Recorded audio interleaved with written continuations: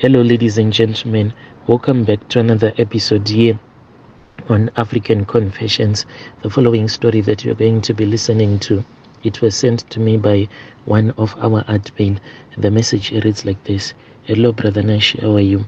Can you please post my own story as hidden identity? I am tired of what I did, Brother Nash. Being a cotton farmer is not easy. Here is my story. I come from the cotton farming area of Kwakwe, Zimbabwe. I confess my struggles and hardships as a farmer. I have toiled on my land for years and years, planting and harvesting cotton, but it was always a big battle. To achieve what we called a bumper harvest, I needed my hands to help me, but I could not afford to hire any help at all, so I would work from early morning until in the evening. This I would do 7 days a week, exhausting myself in the scorching sun. I would wake up at around 4 a.m., prepare breakfast, and head to the fields. I would plant weed and spray chemicals, my hands raw and blistered. I would work through the heat of the day, taking only short breaks to rest in the shade. Despite my hard work, the yields were never enough. I would struggle to make ends meet, and some reasons I would barely break even, but I persisted, hoping for a better tomorrow. I confess that there were times that I felt like giving up, because most of the times it would get too lonely and the work, it was just too hard, and not knowing what I was going to survive on the following day. But I could not let my family down, for I had to provide for them. I remember nights sitting by the fire, my body aching, wondering if it was all worth it, but the love for my land, my family, kept me going. So in the cotton farming area of Gokwe, Zim, where I reside, most farmers would typically harvest between 20 to 40 bales of cotton per season, and each and every bale will be weighing around 200 to 250 kilograms. The selling price of cotton, it depends with a lot of factors, but on average we will sell each bale for around 200 to 300 US dollars. This means that a farmer harvesting about 20 bales could earn at around 4,000 to 6,000 US dollars per season, whilst those ones that will be harvesting 40 bales could earn around 8 to 12,000 US dollars. The temptation to cheat was always there, and some farmers would succumb to it. They would pour water into the cotton bales to increase their weight, knowing that they would be paid more for heavier bales. This practice is known as moistening, was a common cheat among some farmers. They would secretly add water to the bales, hoping to go undetected, but the consequences were severe. If you were caught, the cotton company would conduct regular checks using specialized equipment to detect excess moisture. If a bale was found to have been tampered with, the farmer would be penalized, and their payment will be reduced or even withheld. Despite the risk, some farmers continued to cheat, thinking that they were able to outsmart the system. But I never resorted to such tactics. I believed in the value of hard work and honesty. I remember one season a neighbor was caught moistening his bales. He had added so much water that the cotton was practically soaking wet. He was banned from selling his cotton to the company for an entire season.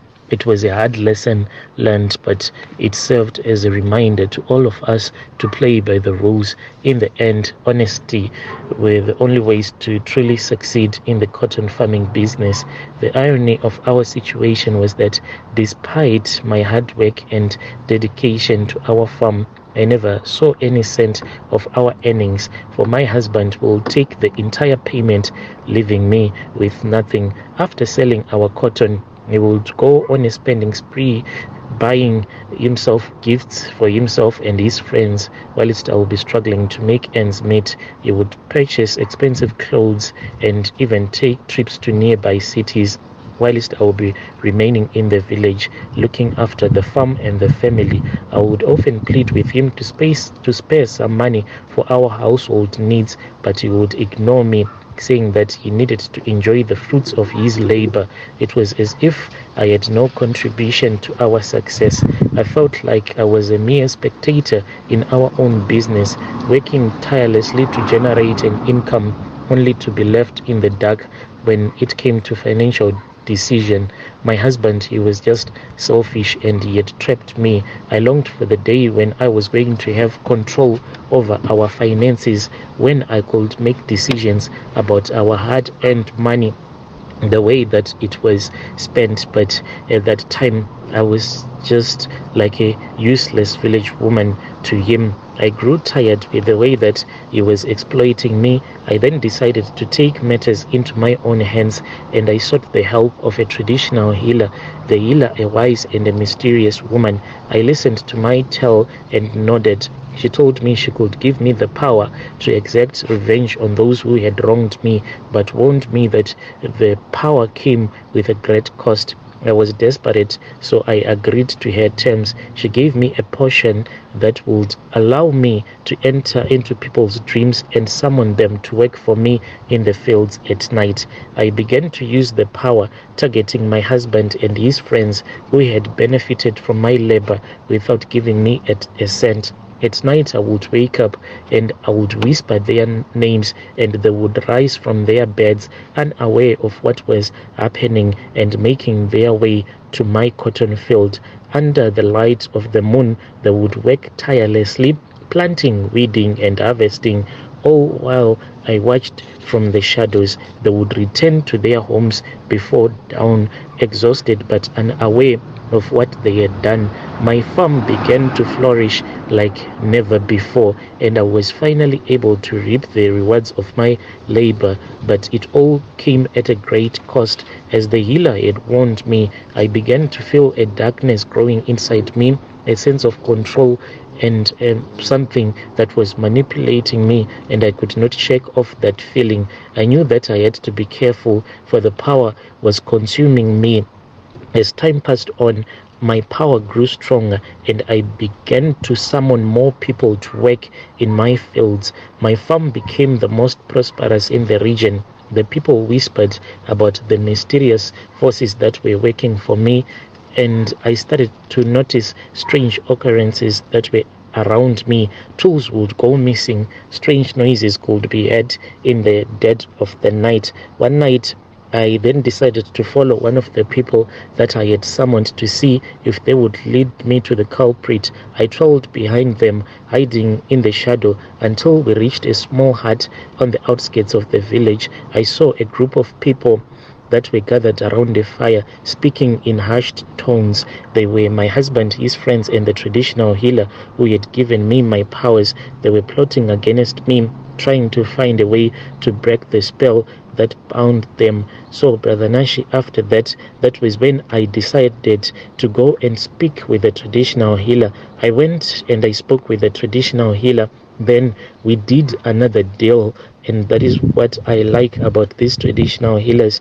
I gave the healer more money than what my husband was promising him. That was when I was given a charm that I was told to bury in the middle of my field. That is how I got this tokoloshi.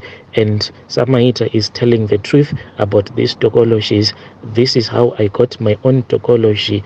This tokoloshi makes people to wake up and to go and to work for me. I have this tokoloshi called DVC.